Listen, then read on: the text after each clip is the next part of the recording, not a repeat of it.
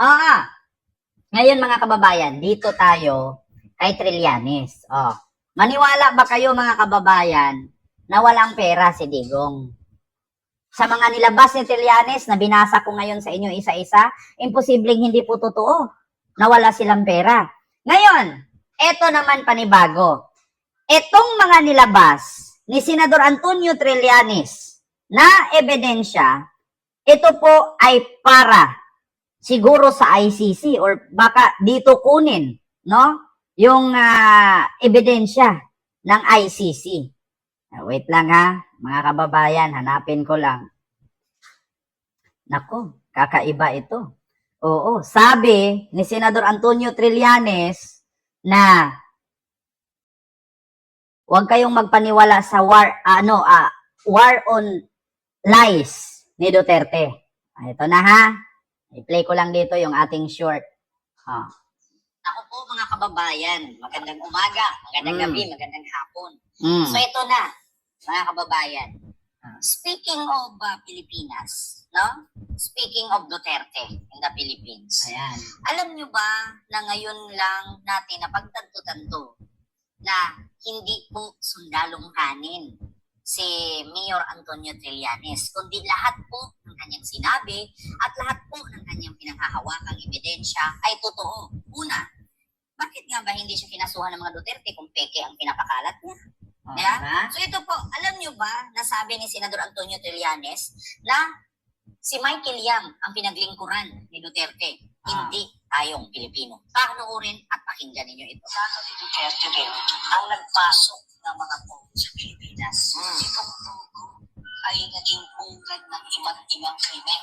Human trafficking, cyber pornography, money laundering, at iba pa. Na-discover na dito sa mga quantum hearings. Alam mo ba, ang pangalan nila, Alice Gu, at iba pa. Makikita natin dito, si Michael Yam ay kasama sa family, kasama rin siya sa pogo, at kasama siya sa drug cartel. Sa makatuwid, ang pinaglingkuran ni Duterte ay hindi Pilipino, hindi kayo, kung hindi si Michael Yam ng China.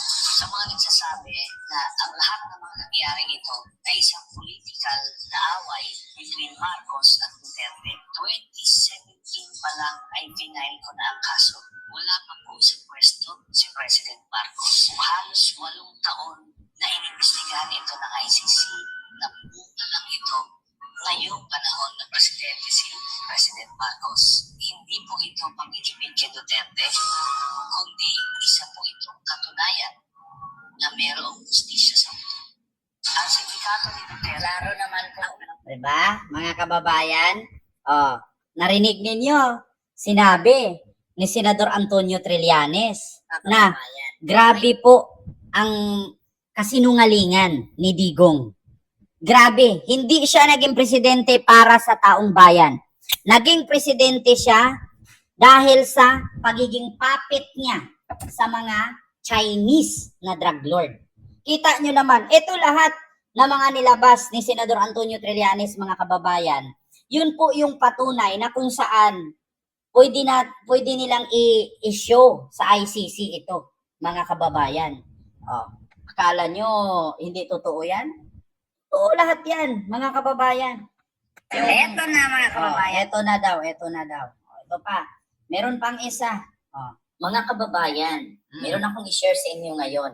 Gusto nyo bang malaman kung sino yung 3 Chinese drug lord na ini-endorso ni Duterte na protektahan ng mga pulis? Ito po, panoorin nyo po ang naturang video na ibubulgar ngayon ni Mayor Antonio Trillanes IV na tumatakbong mayor ng Caloocan. Ito po, 3 Chinese drug lord na ini-endorso ni Digong. So, alam niyo na ang war on drugs si Digong is proof lamang. Panoorin. Kaya akala nila, lahat ng yun ay totoo. Hindi napapaisip sila kung totoo ba talagang mga sabi-sabi nila na pinapatay. Kasi meron silang pinatay na isang pamilya. Meron mga asawa, buntis na babae, tapos may anak na bata. Kaya kung sila nagtatanong, ano ba ito? Nangyari talaga.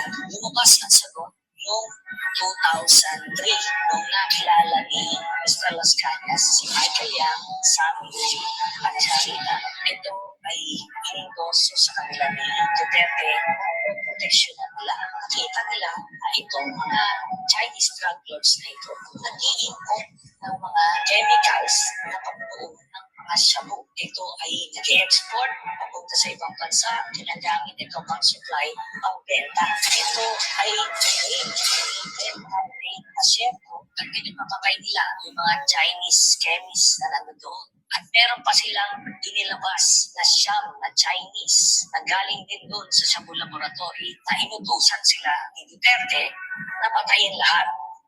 Dahil sa tiwala nila kay Narit. Ayan na, mga kababayan. So, ibig sabihin, totoo nga ang balita. No? Totoo nga ang balita, mga kababayan. Na kung saan ay ang daming kasinungalingan ni Digong talaga. Actually, mga kababayan, yung nilabas ni Senador Antonio Trillanes ngayon na kumakalat, no? Sa mga pages, sa mga Facebook, lahat po yan ay konkretong may ebidensya at may pruweba. Isipin ninyong mabuti, mga kababayan, kung talagang hindi totoo yung sinasabi ni Senador Antonio Trillanes, ba't nakulong si Digong? Diba? Bakit napakulong si Digong? Oh. Bukod dyan, mga kababayan, meron pang isa. Wait lang. So mga kababayan, Mm. totoo nga pala ang balita. Totoo nga pala na ang chismis minsan hindi totoo, minsan totoo. Pero ito po mga kababayan, nagpapatunay mismo mula kay Senador Antonio Trillanes na si Duterte ay protektor ng drug lord or lord of drug lords. Panoorin niyo po mga kababayan, according kay Senador Antonio Trillanes or Mayor Trillanes ng Caloocan na naging presidente, si dating Pangulong Rodrigo Duterte, isa sa mga unang appointees niya ay si Michael Yang bilang economic advisor. Kaya dito, magtataka tayo, bakit isang Chinese citizen ay gagawing economic advisor ng isang presidente? Kinalaunan nakita namin kung bakit niya ito ginawa para masabi na sa buong burokrasya, sa AFP, PNP, PDEA, na protektado niya ito, tao niya ito, si Michael Yang. Ito na ngayon, si Colonel Asierto. Siya yung Captain Asierto na nag-raid noong 2004 doon sa Shabu Laboratory sa Davao City. Pinalitan niya itong kanyang asset na nagbigay sa kanya ng info tungkol doon sa Shabu Laboratory na yun. At sinabi na si Michael Yang, isa rin sa nasa likod doon sa Shabu Laboratory doon. So, ibig sabihin, itong economic advisor ni Duterte, isang drug lord. 2016. Diba?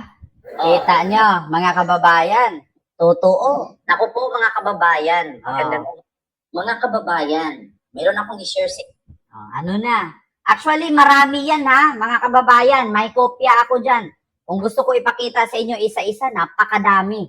Actually, kung ipagsama-sama ko lahat ng video na nilabas ni Senador Antonio Trillanes sa kanyang Facebook page, siguro aabot ng 30 minutes. Aabot ng 30 minutes yung video na short or reels. Alam nyo naman pag reels, siguro mga 1 minute, 2 minutes na ang tagal, di ba? Ang haba. So, pag ipagsama-sama ko, aabot ng 30 minutes yung video. Napakahaba, iba-iba yan.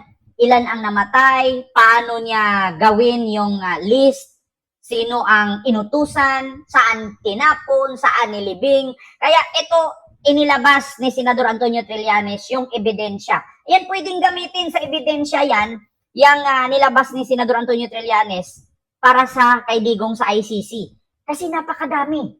Actually, yun palang dalawang witness niya, si Arturo Las Cañas at si Edgar Matubato, habang buhay na siya dun eh. Oo, detalyado at konkretong ebidensya yan. Yung nilabas ni Senador Antonio Trillanes, mga kababayan. Sabi ko sa inyo, makukulong si Digong habang buhay. Doon pa lang sa testimonya ni Matubato at ni Arturo Las Cañas at may isa pa si Colonel Asierto, si Eduardo Asierto ba yun? Naku, si Digong hindi talaga makakalaya. Ako nagsabi sa inyo mga kababayan. Ma'am Dali Babes Castro, First Squad Forever, Miguel Love, shout out po. Actually mga kababayan, Kahit sabihin nyo, bumagsak ang ratings ni BBM, mataas ang ratings ni Sara, wala kaming pake. Bakit? Mataas man o mababa ang ratings ni BBM, ito lang nasabi ko, mura na ang bigas. Yeah? Mataas man o mababa, mura na ang bigas. Bakit? Kung tumaas ba ang ratings ni Sara, yumayaman ba kayo? Yeah? Yumayaman ba kayo nung tumaas ang ratings ni Sara? Di ba wala? Pero bumagsak man ang ratings ni BBM, nagmura naman ang bigas.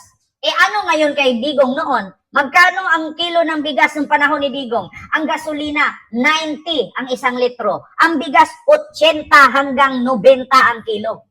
Oh. Magkano ang kamatis nung panahon ni Digong? Magkano ang sibuyas? Magkano ang asukal? Yeah? Oh. Yun ang katotohanan. So ito naman tayo mga kababayan. Bukod dyan, dito tayo kay Robin Padilla.